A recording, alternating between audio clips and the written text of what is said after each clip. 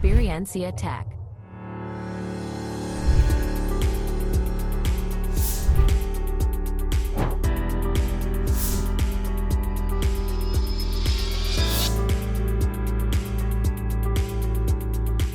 Hola, hola, ¿cómo están? Acá Mauricio López en un nuevo capítulo de Experiencia Tech. Seguimos acá en Santiago Podcast grabando esta temporada número 2 de nuestro trabajo comunitario. Suena bonito, pero además lo que más bonito suena es que tenemos este espacio para tener conversaciones entretenidas, interesantes, con amigos, con emprendedores, con profesores, con diseñadores, con distintos agentes de este ecosistema de innovación y personas y equipos que están transformando nuestra sociedad. Hoy es un día de aquellos. Hoy voy a estar acá con un par de amigos. Estoy con Andrés y con Mati, Andrés Leiva y Matías León de Matías López. Te confundí con otro Mati. No hay problema. Con muchos Matías. Y con Matías López de Videsk. Estos par de amigos que los conozco ya hace 3 años, por lo menos, 3, 4 años. Y vamos a tener una conversación muy entretenida respecto a el viaje de emprendimiento que han tenido, los desafíos que están viviendo y cómo es pararse desde una óptica de emprendedor para Latinoamérica, incluso desde Estados Unidos hacia el sur. ¿Cómo están, chicos? Bienvenidos. Todo bien, gracias, Mauro. Gracias, Mauro, por la invitación. Sí, súper. Gracias por estar acá y querer acompañarnos en Experiencia Tech. Me imagino, Mari, sí o sí, ya eres suscriptor del podcast y has escuchado un par de capítulos. Pero por supuesto, soy como el 5003. No es tanto, lo he estado siguiendo al Mati en qué nivel de suscripción va. Andrés, ¿cómo va todo? Espérame, antes, los vi los dos en Concept, ¿cierto? ¿Estaban en el main Concept? Nos separamos, sí. ¿Separados? Siempre, sí. Siempre estamos repartidos por todos lados, así que vamos eligiendo bien dónde movernos para... No podemos estar perdiendo el tiempo en todos los eventos, así que hay que saber usar bien el tiempo. Sí, claro, porque en ocasiones perder el tiempo y en otras ocasiones conectar. Y además, pues, se pueden estar en 2 lugares al mismo tiempo, la conexión se multiplica. Exacto, es que, claro, cuando ya tienes cierta tracción en tu startup, ya tienes que empezar a escoger bien qué tipo de eventos vas, porque es tiempo que no le estás dedicando al negocio, digamos, en la ejecución diaria. Entonces, esas cositas como que ya después uno las trata de manejar, porque obviamente no hay una receta única para este tipo de cosas. Qué buena, porque yo recuerdo cuando uno comienza, es como querer estar en todos los eventos porque los eventos te dan visibilidad, pero llega un momento donde tenés que empezar a tomar decisiones respecto a cuál es más relevante o menos relevante participar respecto a la contribución que puedes hacer y para las conexiones que pueden suceder. Esa vez tú estabas en Concepción, ¿tú dónde estabas? Bueno, en Santiago, sí que estaba como en la operación misma. En la operación misma. Pero después igual tuvimos ahí yo le llamaba una gira de socios. Fui a Conce al final, así que estuvimos una semanita. Era un poco como para poder organizarnos, definir cierta estrategia 2025, así que igual estuve ahí. No estuve en el Main Conce, pero... Sí, planificación estratégica finalmente. Sí. Qué rico es Conce, a mí me gusta Conce. Yo soy muy poco objetivo para opinar de Conce, pues sí, me encanta Conce, así que... Secreto que Andrés es de Conce. Andrés, ¿de qué barrio de Conce eres? De varios lados, pero a ver, viví más tiempo en Las Lomas. Lomas de San Andrés. Sí. Yo en barrio conozco por ahí también. En mi juventud anduve dando vueltas por allá. Más que yo tengo familia en Concepción, entonces tengo aire penquista, se me nota cuando hablo. De hecho, mi familia penquista me habla de mí respecto al santiaguino. Y para mis amigos santiaguinos, yo soy del sur, pues no. Sí. Porque no encuentran lugar para estar. Finalmente se de todos lados, ¿no? Así. Sí. Oye, cuéntame, ¿cómo partió esto? Primero, ¿cómo se conocieron ustedes? ¿Y cómo partió esto de querer emprender y construir un modelo propio y lanzarse en el mundo? Clem, a ver, creo que todo partió 2017 más o menos. Estaba por ahí en una startup previa. Y bueno, así siendo súper en resumen de esa parte, tenía un posible inversionista que no entendía, digamos, los term sheets y algo me olía mal. Así que uno de esos eventuales socios que estaba ahí dijo, no, yo tengo un amigo que es abogado y que él tiene experiencia en la parte de startup. Así que yo en ese momento, 2015, o sea, 2017 para mí era un poco como startup, emprendimiento mira, en ese momento. Así que bueno, me presentó Andy. Yo le dije, oye, ¿sabéis qué? Este es el escenario. Me explicó con pera y manzana. Creo que nunca nadie me había explicado algo complejo, tan fácil. Y dije, no, lo quiero pololear. Así que nada, pues ahí lo invité y me costó, se hizo difícil. Sí, son difíciles. No, sí, no, fue así como ya, sí, no. Así que estuve ahí, lo lindo literal, y así que después de un rato ya dijo, ya va. Pues sí que... ¿Para el mismo proyecto o para un proyecto distinto? Era otro proyecto completamente aparte, una cosa más orientada como era más health tech en ese momento. Y nada, la cosa es que ahí nos llevó un proyecto a otro, nos fuimos como pivoteando en ciertas cosas, igual estábamos como creciendo en el mundo de negocios, así que piensa que en ese momento estábamos como entre la etapa ya de la universidad, entonces igual fue como mucho proceso de aprendizaje. Al final fue un poco como un sandbox para nosotros el hecho de todo esto, así que incluso como la relación entre socios, o sea, al final no es fácil. O sea, Claro. A mí mi viejo siempre me decía, esta cuestión es como casarse, y cuando el negocio va en serio, en verdad va en serio y la cosa no es fácil. O sea, uno tiene que saber así cómo lidiar sobre todo. Y en ese entonces era más difícil todavía porque éramos como 5 socios. ¡Ay, qué natos! Entonces Sí, era más difícil todavía a veces coordinarse en ese sentido. Pero al final uno después termina aprendiendo que los justos son los precisos y ahí con eso uno ya puede empezar a ver. Así que bueno, ahí fue cuando empezamos a avanzar y finalmente mira, así como para no alargarnos, porque podríamos estar aquí como 3 horas. Llegamos a un punto donde bueno, tuvimos nuestro primer cliente que fue la versión ahí como tatarabuelo de lo que hoy día es Videsk, y eso fue para el gobierno de México, para una institución, y eso fue ya el punto culminante. Dijimos, esto ya tiene que ser un producto y tenemos que empezar, y ahí ya nació la concepción de lo que es Videsk hoy día. ¿Qué es Videsk? Todo, o sea, yo sé que es Videsk, pero acá los que nos están viendo en la casa, en el trabajo, manejando, no recuerdo, no nos vean manejando, escuchen en Spotify. ¿Qué es Videsk, Andrés? Bueno, como Mati León, el Papa, es nuestro Papa, es nuestro Papa, sí, es nuestro Papa. El Papa Matías es 15. Matías León 15. El Papa de las tecnologías. Oye, mi segundo nombre es Jesús. ¿En serio? ¿Qué sufrió? Está tingente. Está justo en la contingencia. Sí, claro. Entonces, Andrés.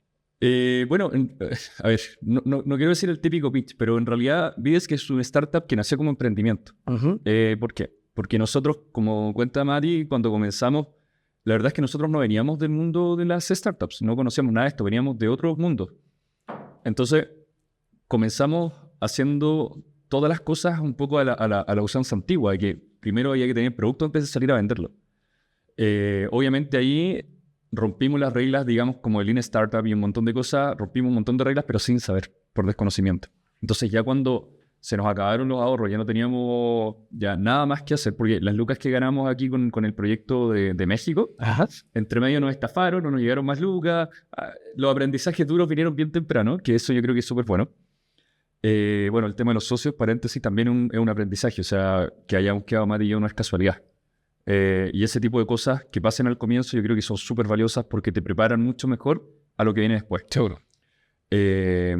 Y bueno, ¿qué pasó? Cuando entramos al mundo de startup, por primera vez ya habíamos avanzado tanto en el producto, digamos, base, pensando siempre en el producto final, que ya ahí conocimos lo que era pivotear, probar rápido, pero ya era muy tarde para nosotros para desecharlo, y ya muy avanzado. Entonces al final fue como asumir qué cosas podíamos empezar a cambiar y qué cosas realmente no nos convenía cambiar y avanzar. Y ya, la parte del pitch, Videsk es una startup hoy que tiene 2 productos, pero el principal es el Video Contact Center, que es básicamente una plataforma que permite videoatención dentro de cualquier plataforma digital. De esa manera, las empresas pueden comunicarse con sus clientes a través de una videoatención, una atención personalizada cercana. Esto, obviamente, con una plataforma de contact center detrás aplicado a estas videoatenciones, que permite que sea masivo, escalable, capturar métrica, administrar flujo, etc. Y claramente somos una startup B2B, con clientes ya en 6 países en Latinoamérica, creciendo. Tenemos clientes en 8 industrias diferentes y muy orgullosamente puedo decir que no tenemos deuda técnica, así que hoy día el foco está 100% en entregar valor a nuestros clientes. Qué buena, Sí. el chico del pitch, estamos claros, ¿no? Sí. Yo recuerdo cuando los conocí y descubrí Videsk, que me sorprendió. Ha pasado mucho tiempo, pero me sorprendió mucho porque lo descubrí en Sodimac. Que estaba esta posibilidad de que me atendiesen remotamente, incluso en el pasillo de Sodimac, y luego con pandemia. De hecho, yo recuerdo haber hecho una compra donde me atendió alguien por la plataforma de ustedes, Pedro, creo que el bot por donde uno ingresa en Sodimac, y encontré que era increíble. simple, fácil. Y luego cuando descubrí que es un widget que puedo configurar de manera simple en las plataformas digitales de la empresa, como extraordinario, esto es una plug and play. Bueno, Mati tuvo siempre muy claro que a veces las barreras de entrar en el mundo de la tecnología es justamente la tecnología. Ajá. Porque genera fricciones, roces, porque sabemos que los equipos de tecnología en las empresas en general, los corporativos, siempre tienen un background, digamos, un roadmap gigante. O sea, tienen el año ya ocupado en enero y ya tienen hasta diciembre de cosas. Entonces, hacerlo lo más plug and play posible era súper importante. Mati eso lo tenía claro del principio. Y por eso es que es tan fácil y autoadministrable la plataforma. Y por eso es que en 2 clics tú lo puedes tener listo y después configurarlo también en un par de clics, pero no requiere código. Entonces, analizamos varios aspectos del negocio, aspectos comerciales, aspectos técnicos, aspectos del uso también. Y eso es un poco lo que se trabajó desde la base. Entonces, en la escalabilidad hoy día, eso se ha transformado en una ventaja. Lo que en su momento tal vez no era lo recomendable, porque no te hace partir rápido. Hoy día termina siendo una de las principales ventajas que tenemos porque, como te decía, y más allá del pitch, hoy día nuestro foco es 100% en entregar valor, 100% en ver cómo podemos seguir haciendo cosas nuevas. Los chicos siempre están explotando las nuevas tecnologías, viendo que hagan cosas que hagan sentido, no sacar algo solo porque es trending y que se alinee a nuestra visión de negocio. Y yo creo que eso se ha transformado en una ventaja importante para nosotros hoy día. Está superada porque en general en esta comunidad nosotros hablamos de que el trabajo colaborativo amplifica las capacidades de las soluciones que estamos desarrollando y este camino no es solo, evidentemente lo viven ustedes, pero están acompañados de otros actores. ¿Cuánto apoyo recibieron ustedes o han recibido de parte de los distintos organismos que son parte del ecosistema de innovación para poder impulsar la solución que tienen para poder impulsar vidas? A ver, bueno, volviendo un poco al origen, yo creo que ha sido potente desde el punto de vista a lo largo de lo que hemos crecido. Yo creo que al principio estaba bien inmaduro el ecosistema y es normal. O sea, no podíamos tampoco uno decirse como exigir que ya estuviese preparado. Pero también creo que podemos decir que al mismo tiempo que nosotros retribuimos de ser conejillos de India de cierta forma, también puede recibir ese apoyo. O sea, yo creo que tanto institución pública como privada de cierta forma fue aperturándose en el tiempo. Yo creo que hasta la fecha ha avanzado un montón. Desde partir, por ejemplo, en el mundo, por ejemplo, público-privado en ese entonces, Startup Chile, por ejemplo, cuando recién estábamos cerca, cuando yo empecé a emprender en 2015, 2017, todavía estaba separado de Corfo, no era una digamos, como una aceleradora, porque en ese entonces era como la aceleradora que había. Bueno, hoy día, para qué decir, es el punto de referencia. Pero en ese entonces era como un poquito más desagregado todo, no se conversaban entre sí, entonces era bastante complejo. Y yo creo que sobre todo acceder a otros founders también era como era una mezcla entre como tener tu pyme, tu emprendimiento y tu startup era como algo muy desconocido. De hecho, yo por ese entonces me acuerdo, estaba Guaira aquí,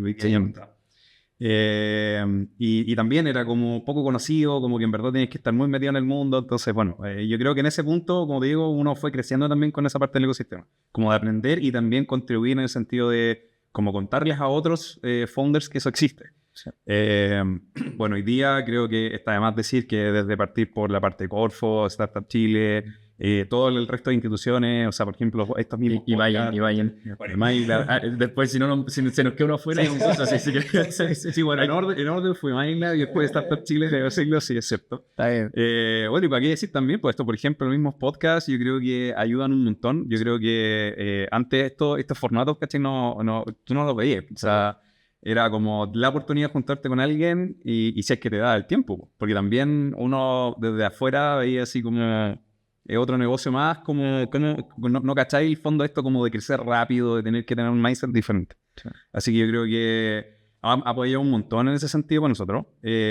Sobre todo el tema como el mundo de aceleración y las redes. Creo que acceder hoy día a, por ejemplo, corporativos como Soymaca en nuestros principios, tener ese mindset de innovación, por ejemplo, lo que pasa digo, en Entel, creo que antes era muy pequeño y esa innovación tal vez era muy como de hacia adentro hacia afuera y no de afuera hacia adentro. Ajá. Y creo que eso ha sido un cambio fundamental como para que ocurran negocios como por ejemplo el nuestro. Qué buena. A mí se me hace en esta conversación que hay momentos distintos en el relato y estoy pensando en la audiencia.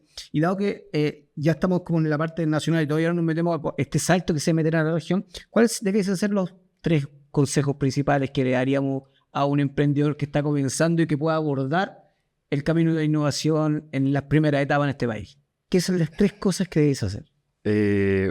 Trade 3, ¿no? Sí, Trade 3, ponemos. Somos socios, pero somos cabezas diferentes. Por Así que supuesto. vamos a tener, de hecho, una dinámica bien entretenida que tenemos con Mati es que discrepamos mucho entre nosotros. ¿Ya? Por eso siempre estamos discutiendo muchas ideas y tenemos una... Y esto lo comento porque yo creo que es algo muy bueno que se tiene que hacer a nivel de founders. Nosotros discutimos muchas temáticas, incluso cuando son temas propiamente el otro. O sea, de repente hay temas tecnológicos de los cuales yo, por supuesto, no soy ni experto ni pretendo serlo, pero los discutimos a nivel de lógica, finalmente. Obviamente Mati me lo tiene que enseñar como para pre-kinder, pero me lo explica. Y viceversa, de repente yo estoy viendo temas también propios de mi función y también los discutimos de forma súper abierta. ¿Y por qué? Porque finalmente son esas lógicas distintas, porque cuando tú tienes un co-founder, no necesitas una copia de tu forma de pensar, necesitas un complemento. Y ese complemento se aprovecha justamente en las discrepancias. O sea, obviamente que no escale, ¿cierto? Pero eso es lo que hay que trabajar. Y tal vez ese podría ser el primer consejo. Se busquen buenos co-founders, que sean complementos. No se busquen a alguien igual, pero que el nivel de compromiso no se transe.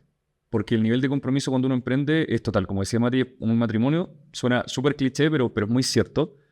Y lo que pasó con nosotros, o sea, yo voy a hablar todo con ejemplos, porque en realidad nos ha pasado. Entonces tengo el testimonio. Cuando las cosas están comenzando y todo el mundo tiene ganas y estáis compartiendo con la ilusión, todo el mundo quiere formar parte de algo. Sí. Después, cuando resulta que viene algo bueno, va a salir el primer cliente, todo el mundo quiere ser parte de algo que le va bien. Pero los emprendimientos no son así. Nos pasó a nosotros. Cuando llegó ese primer cheque de México y lo fuimos a cobrar de verdad, a Universidad de Chile, a una de nuestras cuentas personales, no teníamos cuenta de empresa, y lo tuvimos que sacar en cash. Y andábamos en la mochila con toda la plata, roñoso, fuimos con la ropa más roñosa que teníamos. Oye, todo, para que no te vean a así pasar como muy dura. Y lo tuvimos que hacer todo así, muy manual, porque no... porque para obtener como el mayor valor por el dólar que nos entregaban, tuvimos que no hacerlo con el mismo banco porque te lo castigan, qué sé yo. Entonces, bien... A ver, en buen chileno, bien ratas, y en un sentido más empresarial fuimos bien eficientes desde el comienzo. ¿Ah? Para Latinoamérica muy eficiente, chileno ya saben. ¿Y qué pasa? Bueno, en ese momento estaban todos felices, todos contentos, pero cuando la cosa se puso cuesta arriba, fue cuando empezaron a desaparecer. Sí. Empezaron, bueno, hay diferentes casos, cada uno con diferentes casos. Creo que no corresponde, aunque no mencione nombre, igual creo que no corresponde mencionar como los casos, por respeto. Aparte que éramos todos bien jóvenes, entonces obviamente las prioridades van cambiando en ese momento, no todos tenían las mismas prioridades, así que prefiero no entrar en ese tema. Pero la cosa es que así es como finalmente van quedando los que realmente coinciden en esa visión y ese compromiso en ese momento. Claro. Y terminamos siendo Matillo. Y para mí fue un desafío bien grande en realidad, porque y ese podría ser otro consejo. Yo no solamente no sabía del mundo de las startups, sino que yo de emprender sabía muy poco. Poco y nada. Yo sabía la parte legal, yo hacía asesorías, pero la parte legal, societario, contrato, ese tipo de cosas. Entonces tuve que aprender del mundo de las tecnologías primero, o sea, cosas básicas, digamos. Estudié un montón de cosas que tampoco me sirvieron mucho, pero es que yo no sabía qué es lo que me servía y no me servía en ese momento. Y después, con la mala suerte que nos tocó pandemia, cuando esto empezó a agarrar como vuelo, ya íbamos en serio con Bidesk, vino el 2019, estallido social, después pandemia. Entonces, justo en el momento que nosotros entramos al mundo de startup, porque nos conocimos y empezó como esto como un proyecto el 2017, pero el 2019 entramos por primera vez a una aceleradora que fue Imagen. Y el 2020 cerramos el primer cliente que grande, digamos, corporativo, que fue Sodimac. Pero nos perdimos muchas cosas porque nos tocó empezar a aprenderlas remoto. O sea, en Startup Chile, por ejemplo, son súper comentados siempre las actividades que hacen, las dinámicas que hacen. Nos perdimos todo eso, era remoto. Y obviamente tú no conectas con los founders de la misma forma, tú no conectas con la gente de la misma forma. Entonces, muchas cosas las tuvimos que aprender como muy a golpe. Y el compromiso que teníamos a traer era fuerte. Yo arriesgué harto por Bidesk. Suena cliché, pero arriesgué mucho. Entonces yo no tenía plan B.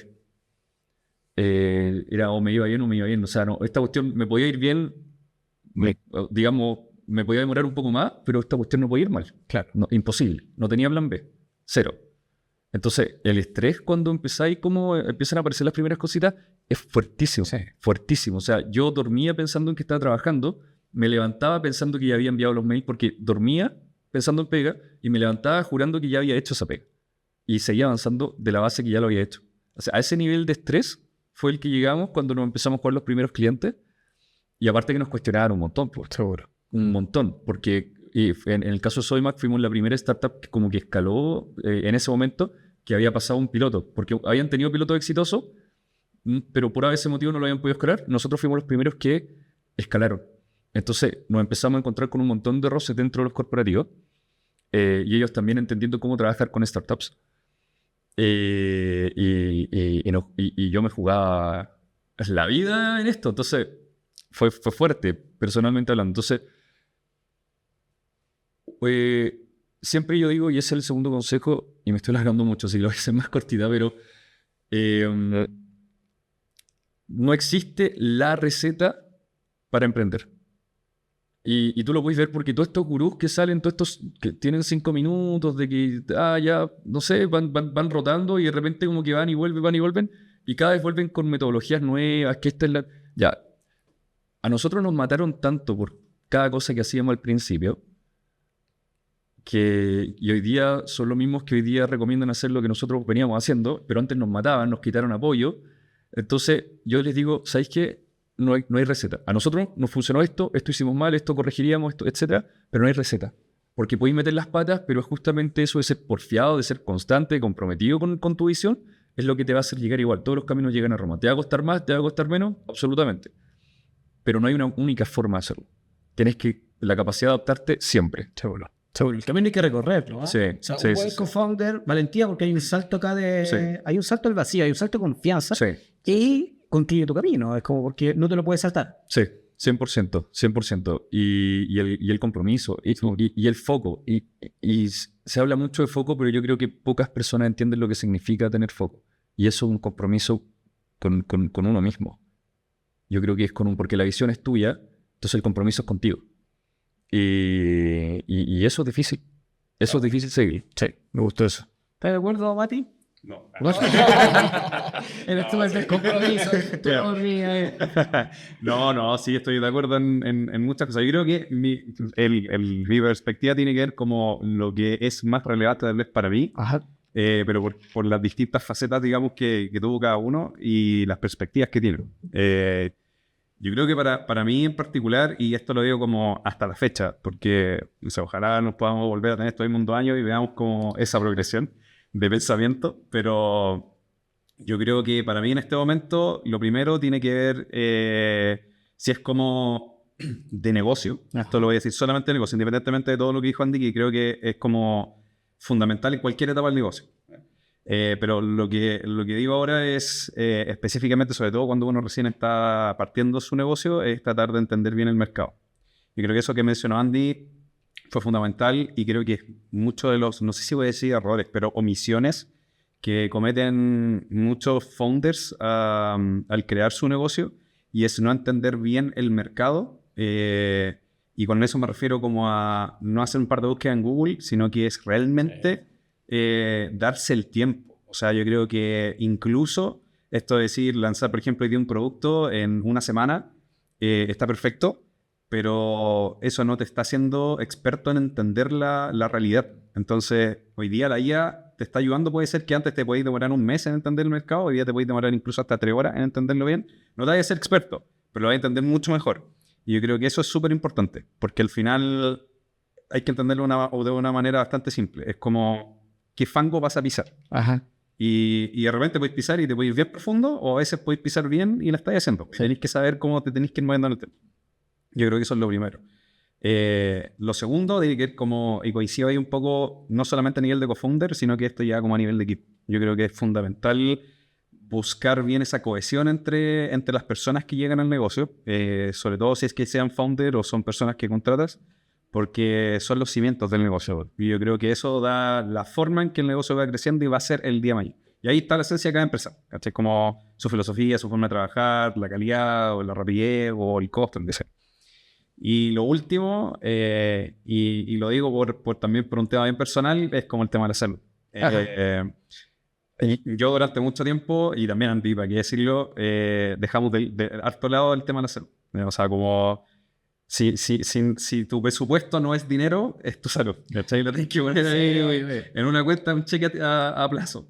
La cosa aquí es como tratar de darse cuenta que efectivamente en algún punto, cuando se pueda, tratar de empezar a delegar, tratar de empezar a darte el tiempo suficiente, porque uno siempre quiere ir como avanzando y siempre quiere dar mucho más, ¿cachai? Sí.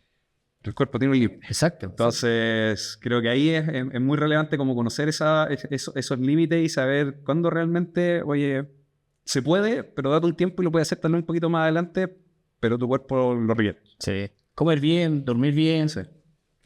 Desestresarse, fluir. Yo no puedo hablar de dormir bien. Mi sueño es... Los que me conocen saben que mi tema es el sueño. Es un problemazo, sí. No me voy a preguntar. Te creo absolutamente. Si tú me dices que es un problemazo, yo te creo. No, sí. Pero es difícil. Pero soy consciente de lo importante que es. El tema es que me cuesta. Sí. De todas maneras, yo no estoy diciendo esto de levantarse a las 5 de la mañana. Ni el club de las 5 muchachos. No. Estás haciendo un tema así como el equilibrio. O sea, te voy a precios del club de las 5 de la mañana. Sí, como que... Sí, no es necesario. Cada uno se levanta a la hora y quiere, no hay ningún problema. No, obvio. Oye, pero esto, está súper bien porque esto es la dinámica y es parte de las cosas que les permitió a ustedes como instalarse y navegar en Chile. Sí. Pero ya se pegaron un salto, están en 6 países, tienen una visión estratégica un poco más amplia, están mirando regionalmente esto. Sí. ¿Cuál es la diferencia fundamental? ¿Cuál es ese salto o en mindset o en dinámica tecnológica o en despliegue? ¿Qué hay que hacer? ¿Cómo logro ese camino? Ese paso adicional. ¿Qué era? Digo, hombre. Ya, me ha pasado que, bueno, con Mati ya a esta altura nos gusta también como traspasar nuestra experiencia a emprendedores más jóvenes. Jóvenes en el sentido de estar entrando en el mundo del emprendimiento, puede ser cualquier edad. Y nos hacen esta pregunta como cómo escalaron a otros mercados, cómo llegan a otros países, y me he fijado que la respuesta más honesta es la que más decepciona, porque se esperan como que les voy a entregar la receta china, aquí está el playbook mágico. No existe. A nosotros lo que nos permitió llegar a otros países, insisto, fue pandemia. Bueno, seguro que el podcast se va a escuchar fuera de Chile, así que para los que no sepan, la pandemia en Chile fue realmente no salir de las casas, que no en todos los países fue así, en Sudamérica. Entonces, Sí, claro. En Chile fue un tema de que no podías salir de tu casa y nadie salía. O sea, se respetó mucho y por mucho tiempo, más de un año creo que fue, ¿verdad? Sí, fue un poco. Entonces, la necesidad de poder llegar a empresas, de que ya no nos estaban respondiendo los correos porque eran fríos, no teníamos redes de contacto, porque cuando comenzamos a entrar al mundo startup, nos cerraron todas las puertas, no alcanzamos a hacer networking. Yo aprendí a hacer networking después de pandemia. Hubo muchas cosas como que estábamos muy desbalanceados como a nivel de conocimiento. Si lo hubiéramos esto como en el FIFA o en el PES, ahí voy más atrás, cuando aparecía el rombo de habilidades de los jugadores, ya, las mías, voy a hablar de mí, estaban súper desbalanceadas porque hubo unas cosas que trabajamos mucho durante la pandemia, pero otras que quedaron sin trabajar, sin pulir. Entonces, yo lo siento así, estaba demasiado desbalanceado en esa época como emprendedor. No era un rombo, digamos, como simétrico que iba creciendo, no, estaba así como para cualquier lado. Era un Shevchenko, así como velocidad 1000, pero fuerza 0, por decir algo. Sí. Se me cayó el carnet, deja recogerlo. Ya, la cosa es que fue la necesidad de generar ventas y poder contactar clientes. Así que empecé a mandar correo a empresas también fuera de Chile, pero que empresas que tuvieran relación con los casos que ya estábamos teniendo éxito para tener, digamos, un punto en común. Y fue hambre y necesidad, las dos cosas. Entonces, porque tú puedes tener la necesidad, pero si no tienes el hambre no lo vas a hacer. Entonces, por eso no necesariamente van siempre juntas. Y empezamos a tocar puertas, digamos, por correo, y así nos empezaron a contestar. Y como ahí, para nosotros abrir clientes en Chile o en China, literal, era el mismo esfuerzo, no era un problema. No teníamos problema de escalabilidad, por lo que te decía anteriormente, que como trabajamos muy bien la tecnología de fondo desde el comienzo, posteriormente eso ya no había deuda técnica, no necesitábamos abrir servidores, replicar servidores, que muchas startups caen en eso, y por eso de repente les cuesta también después estar trabajando y optimizando costos. No teníamos que replicar nada, no teníamos que empezar a hacer parches raros, nada, era exactamente la misma dinámica. De hecho, llegamos tan lejos que tuvimos pilotos exitosos en Filipinas, Cacha. donde usaron BIESC en todo el mundo, porque desde Filipinas usaron BIESC, en China no porque habían bloqueo, pero podíamos si lo habilitábamos en un servidor chino, pero se usó desde Rusia, obviamente antes de la guerra, se usó en Reino Unido, se usó en África, etcétera, etcétera. BIESC, realmente ahí comprobamos que BIESC estaba listo para escalar en todo el mundo y que la necesidad también existía fuera de Chile y fuera de Sudamérica. Pero ahí dijimos ya, está bueno saberlo, pero en verdad ya no nos va a dar tanto. Éramos en ese momento como 4 personas en ese momento. Y, bueno, no sé. Sí, Ya, filo. Sí, claro. Ya. Y no me gusta hablar de eso, pero ya, filo. Éramos muy poquito en ese momento y porque la tecnología lo permitía. Sí, obvio. ¿Y hay algún gap tecnológico en los otros países, en otras industrias? ¿Es lo mismo tecnológicamente integrarse de Chile con el desarrollo que tienen en Perú o con algo que estén haciendo en Brasil? ¿Tenés que hacer alguna adecuación o es plug and play? O sea, a ver, nuestro producto sí, efectivamente, hoy es plug and play. Creo que lo que mencionó antes, hace unos minutos atrás, creo que cuando dije esto de estudiar bien el mercado, desde mi lado, como mi rol, fue también entender cuál era el stack tecnológico en general a nivel mundial. O sea, como, bueno, no decir mundial, pero al menos como los primeros mercados más importantes para nosotros. Y eso, por ejemplo, estaba, no sé, Perú, no sé, México, Colombia. Mi idea era entender un poco cómo es stack, la realidad. Sí. Porque obviamente no es lo mismo vender software, por ejemplo, en Estados Unidos, que vender acá en Latinoamérica. Sí. O sea, estamos a años luz de diferencia en términos de incluso nivel de aceptación como del software. Al menos BIESC hoy día no es necesario. De hecho, al contrario, siempre los clientes quieren como tratar de generarle como más funcionalidades e integraciones con ella, pero no porque sea complejo integrarlo, sino que al contrario. O sea, es tan sencillo que ven que la facilidad que tienen, que quieren meterles más. Sí, obvio. Y eso es bueno. Ahora, como con la pregunta respecto también al mismo entorno de escalar, desde el punto de vista tal vez técnico y, bueno, no tan técnico, yo creo que sí es fundamental como, primero yo les digo como a algunos founders cuando hablo, sobre todo desde el punto de vista técnico, es como nos calmamos primero, no pensemos en la escalabilidad ni cosas así monstruosas, ni creemos infraestructura que esté preparado para soportar medio Estados Unidos. No, todo está mal.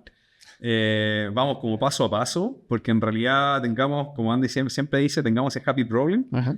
Y después, bueno, a ese happy problem me lo tengo que ir para acá. me acordé de Manjin. Fue el primer mentí de Mati en Estados Unidos, un emprendedor chino que estaba haciendo un programa en Estados Unidos y justamente en el lado tecnológico, Mati era nuestro par. Y Mati lo terminó mentoreando y creo que hasta el día de hoy le pide consejo. Y claro, él estaba haciendo justamente eso. Tú no manejas mejor, pero creo que es súper bueno montarlo porque el compadre estaba como trabajando una infraestructura brutal. Como decía Mati, como para soportar a todo Estados Unidos y China y todo junto. Pero la oportunidad de negocio nunca se validó. Entonces, estaban justamente pensando en la escalabilidad de un modelo de negocio que ni siquiera estaba validado, ni siquiera con MVP. Claro. Entonces, claro, técnicamente era como digno un paper. Sí, claro. Sí. Bueno. Entonces, como que... la analogía de vamos a calmarnos era real. Sí, era real. Sí, vamos a calmarnos. Sí, porque eso pasa. Yo creo que tiene que ver como un poco esa emoción que da. Y yo lo entiendo mucho de la perspectiva técnica, porque al final es como... Tú ves el impacto que puedes generar, pero a veces te nubla mucho esa emoción de querer crear cosas bacanas. Sí. El problema es que a veces la gente, y pasa, y este es el mejor meme que yo me acuerdo como la parte tecnológica, es como, mira, te presento este dashboard que está genial y ¿dónde lo descargo en Excel? Es el clásico, así como de los clásicos, así como puedes tener una cuestión muy bacán, le puedes meter y todo esto, pero ¿dónde está el Excel?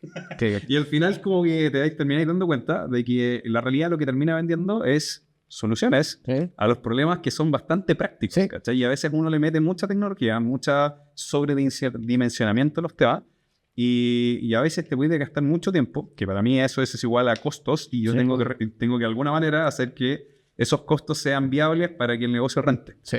Soluciones simples a problemas reales y concretos. Exacto. Como la siguiente fase en la que se movieron, porque partieron con la lógica del video contact center humanizado, recuerdo algo del pitch, Pero ahora agregaron inteligencia artificial. Exacto, sí. El objetivo hoy, estamos en un proceso, o sea, ya 2024, siguiendo nuestra misma metodología, ya, y bueno, a ver, tuvimos que hacer unos switch en términos de que, antes de mencionar al principio que trabajamos muy de laboratorio y nos dedicamos harto a eso, pero el año pasado cambiamos el switch a que fuese probado directamente y ya como funcional con clientes. Entonces, 2023. 2023. Entonces, aquí el mindset fue un poquito como, vamos a hacerlo MVP, pero trabajando con un cliente a la par para entender una necesidad real. Ya así como fue un sandbox real. ¿Ya? No fue algo como de solamente estudiar el mercado, que también fue parte, obviamente. Pero lo bueno aquí es que, claro, entramos en el mundo para poder entender un poco como esa necesidad, más allá de decir cómo vamos a aplicar IA porque sí. De hecho, yo, principalmente, como uno diría, y el CTO tal vez va a ser como el mayor promotor de querer impulsar algo con IA, y en verdad no. Lo que dije antes, cuando fue en 2020, fue como, calmémonos, veamos qué es lo que ocurre, veamos cómo va avanzando un poco, cómo madura, y sobre todo no desde tanto punto de vista tecnológico, que era evidente que va a seguir madurando y sigue madurando, como las empresas, la opción, el enfoque, qué es lo que van a pensar, qué es lo que querían hacer. Bueno, y el producto hoy día está basado en poder hacer análisis de las conversaciones. Nosotros le llamamos Conversation Intelligence, que básicamente tomamos los distintos canales que hoy día utilizan las compañías, como por ejemplo WhatsApp, teléfono, videollamada, email, chats a través de bots o otras plataformas. Y esto lo ingestamos y finalmente a través de flujos entregamos analítica resumida que les entrega información práctica a los negocios para entender lo que hoy día no entienden, que es la voz del cliente, que de alguna manera antes se entendía como la voz del cliente es la encuesta. Esa es una parte, pero en realidad hoy día hay mucha información. Como nosotros bien decíamos al principio, transformamos la voz a datos prácticos, digamos, ingeribles y que puedes analizar como ver todo el bosque o ver un árbol en particular. Y eso es parte de lo que hoy día estamos haciendo, todo en el entorno, digamos, de lo que tiene que ver con el mundo de Conversation Intelligence. Qué buena, ¿cómo vamos con eso? Increíble. Qué buena. Vamos bien. ¿Sí? No, sí. Es que se ha trabajado seriamente esto. Tuvimos la suerte de empezar a trabajar esto cuando hicimos el programa en Estados Unidos. Uh-huh. Y ahí tuvimos el apoyo de los estudiantes. El programa de Estados Unidos se hizo en una especie de MIT que queda en Portland, Maine. Se llama el DeRue Institute y es una institución solo de posgrado, no tienen pregrado. Entonces los profesores que eran investigadores, doctores de inteligencia artificial, que iban a dar las clases con sus alumnos de magíster en ciencias de la computación, ese tipo de cosas, vieron todo lo que nosotros ya hacíamos con Videsk, como Video Contact Center, vieron la data y cómo la trabajamos, porque una cosa que hacíamos muy bien y que ya estaba ultra resuelta era el capturar la data, el procesarla y entregarla lista, digamos, para visualizar a las empresas. Entonces, el manejo, el procesamiento de la data no era un problema, la recopilación, nada de eso era un problema. Entonces vieron que potenciar eso con inteligencia artificial estaba calcado, digamos. Sí, claro. Entonces era el paso, era la evolución lógica, pero, y ahí viene también lo que mencionaba Mati, que es justamente que tenga sentido. ¿Qué nos pasa mucho? Y voy a dar casos reales. Nos dicen, oye, quiero analizar el tono de voz. Y ahí uno dice, ok, pero ¿cuál es el resultado al que quiere llegar? No sé, por decir algo, el NPS. Ya estoy hasta acá con los NPS, pero ya. O sea, todo el mundo entrega NPS. Ya no es un valor diferencial, pero ya, digamos el NPS. Y es como, ok, perfecto, lo podemos hacer. Se puede lograr también por análisis de voz. Pero te va a salir más caro. Y hay otras tecnologías, también con inteligencia artificial, que pueden llegar al mismo resultado de forma más barata, más rápida y más eficiente. ¿Y cómo? La vieja transcripción. Las transcripciones son de las manifestaciones de la inteligencia artificial tal vez menos novedosas a día de hoy, pero son las que están mejor trabajadas, mejor optimizadas y las que mejor escalan. Y cuando eres una startup B2B prácticamente bootstrapeada como nosotros, tienes que ir generando valor en base a productos que realmente tengan un impacto. Nosotros no somos el tipo de startup que sobrevive en base a pilotos, que las existen, sobre todo en el área de inteligencia artificial. En Sudamérica puedes encontrar algunas, pero en Estados Unidos está llena. Por eso nacen y mueren todos los días. nosotros no nos interesa sobrevivir en base a pilotos, sino que en base a proyectos que escalen y que se queden para toda la vida. Entonces, en base a eso hay 2 parámetros bien estrictos que nosotros seguimos. Primero, que lo hemos comentado también muchas veces.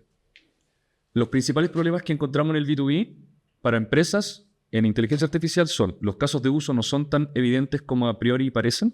A priori parecen súper buena idea, pero después no logran encontrar el ROI, que es vital. O sea, si tú en B2B, no importa lo que hagas, no tienes ROI, esa cuestión no va a proliferar. Y 2, que sea escalable en costos. Porque hoy día te puedes encontrar a todos los gigantes tech y todos sus resellers vendiéndote... voy a Entel y te vendo esta caja holograma que te teletransporta a 8 lugares al mismo tiempo. Increíble.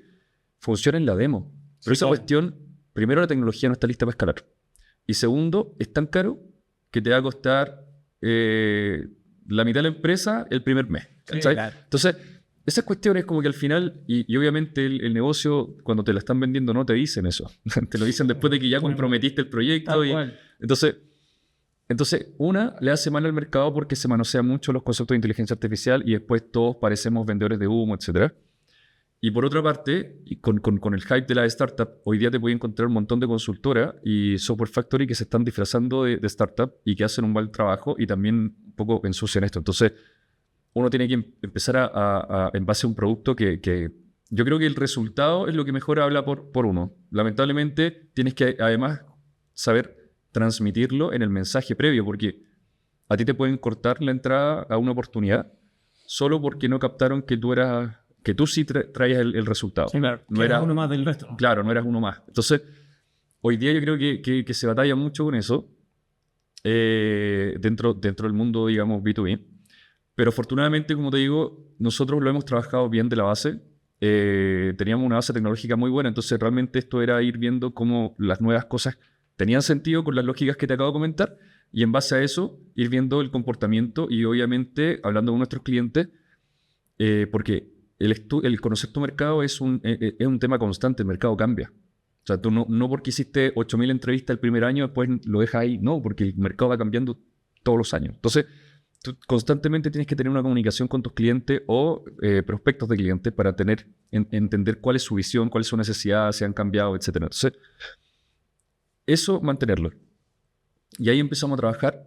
Esto nació como un módulo de Diesc y después nos dimos cuenta que era cosa de inyectar otros canales que ya teníamos la API lista. Y finalmente esto, de un módulo nació un producto diferente y empezó a generar más cosas y más cosas. Y hoy día hablamos de Conversation Intelligence porque también involucra un journey con dashboards personalizados para cada gerencia. Pero personalizado, o sea, no somos otra plataforma que te entregue el NPS. Ahora, si nos piden el NPS, ya se lo damos. Ahí está. Sí. Pero te entregamos datos real. O sea, hay gerencias de cobranza, lo que le importa a su KPI, a la gerencia de experiencia, lo que le importa a su KPI, pero las mismas conversaciones. Porque de las conversaciones entre los clientes y los ejecutivos está todo el negocio de cualquier empresa B2C. Sí. Todo pasa ahí. Sí. Y el journey final es el cerebro digital, que es la base de conocimiento finalmente, que ahí también hay un mundo y hay una retroalimentación directa a la empresa con información viva. Es una base de conocimiento viva que se retroalimenta constantemente, incluso en tiempo real, si es que logramos ese tipo de integraciones, y constantemente está evolucionando y adaptándose a los propios cambios del mercado y así las empresas pueden tomar decisiones en tiempo real con data en tiempo real. Qué entretenido. De hecho, creo que hemos estado harto rato conversando. Primero, muchas gracias por estar acá. Yo creo que Carlos debe estar así como muy preocupado por el tiempo que hemos estado acá destinado a esto. ¿Cuáles son los desafíos del 2025, 2026, 2027, lo más cercano, como para ir cerrando esta conversación? ¿En qué están? Conquistar el mundo. Conquistar el mundo. Yo qué sé. De Pinky Cerebro, ¿no?